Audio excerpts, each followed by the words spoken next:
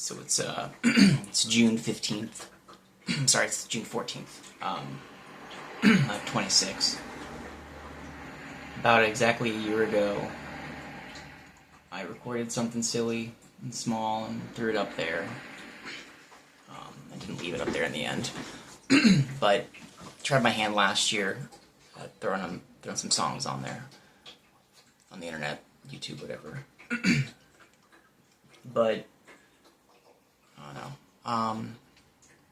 Take a moment and reflect somewhere, having a bear of a time with the whole concept of a voice of late, of a personal voice, of feeling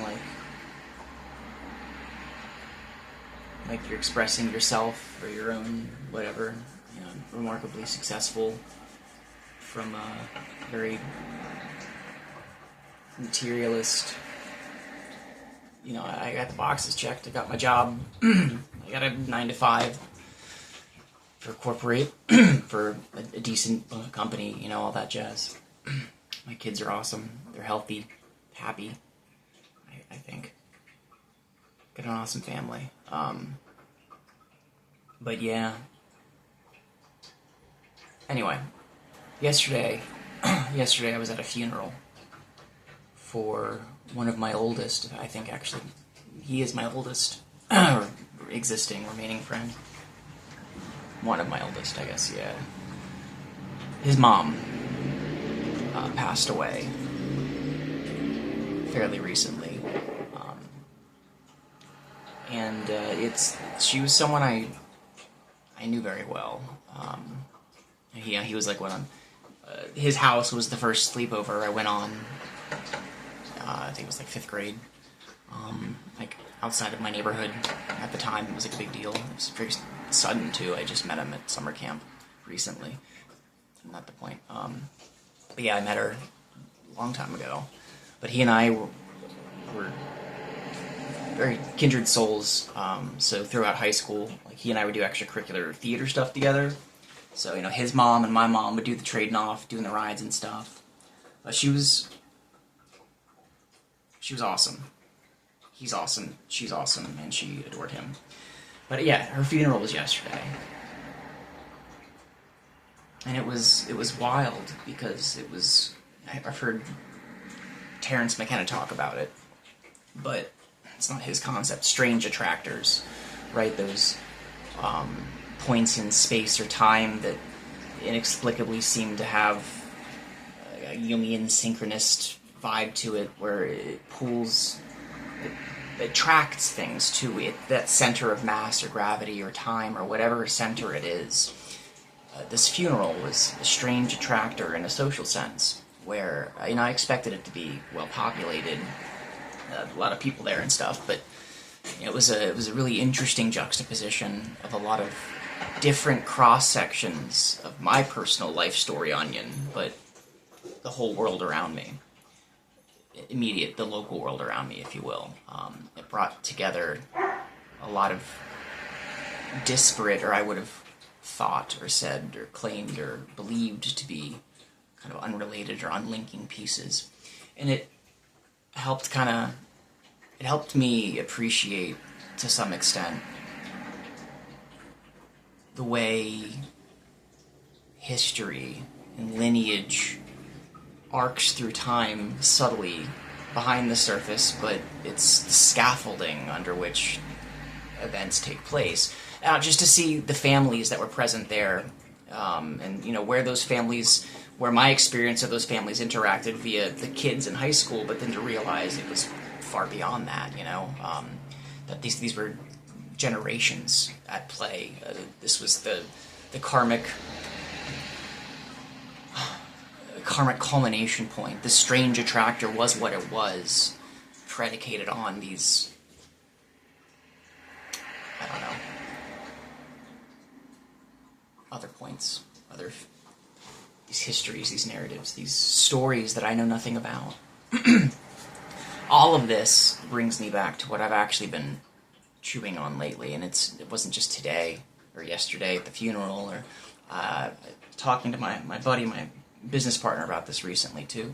But I'm very partial. I'm very fond of the Hindu concept of Indra's web. There's this beautiful poetic description of like existence in Hindu cosmology, which talks of Indra's web, which is this wild, complex tapestry, this like matrix of jewels, all connected at different points. It's like a geode, right? But like everything is this, and every jewel in the web, in the net, is a nodal point, is a point of consciousness, is one of us, is a point of consciousness, is a point of local identification of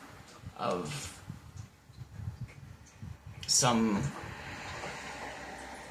separated, self-contained sense of wholeness and individuality. So Indra's web, like every single person, every human being, every being is a jewel on this beautiful tapestry of everything's of course connected. But I'm a big fan of I'm a big fan of a fractal view of things, and I shouldn't frame it that way. I personally believe unequivocally that the universe is fractal in every way, shape, and form, in the ways that matter.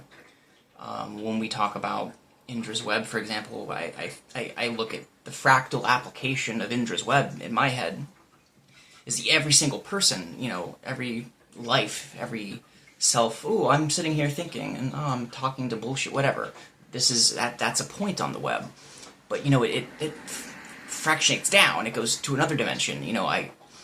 At different points in my life, I've always been in love with specific pictures, like perspectives you see.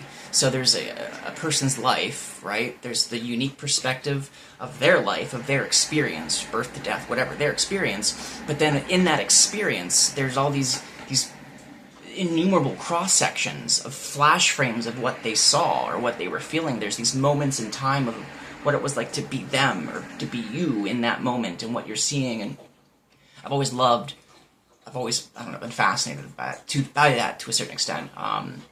My house, the house I used to live in with my parents growing up, high school, and from my high school years, there was always this one view, this perspective that I always loved to sit there and just daydream at.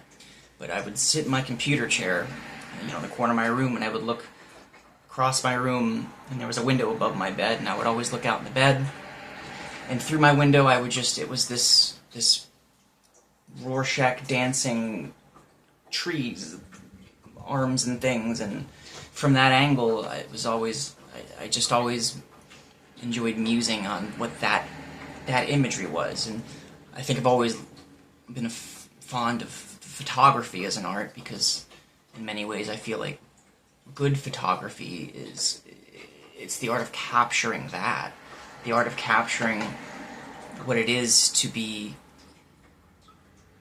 the observer, the thing, the jewel of that node in that moment, seeing that, whatever it is. But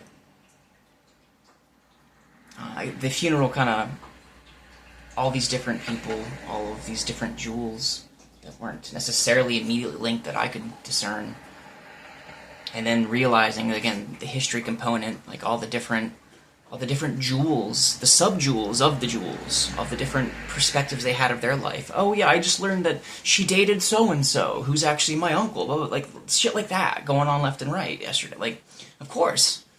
And it was packed, it was a packed funeral, as it should have been, man. She was the fucking bomb, so, of course. I mean, this is the lady who was there to pick me up from the hospital after my first overdose years later, I mean, he was one of the good ones. But here we are, 2026.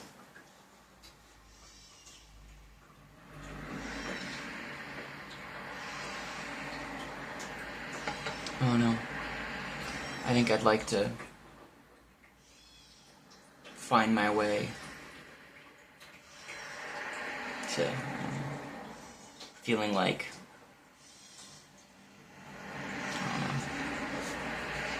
I've got somewhere to be in all this.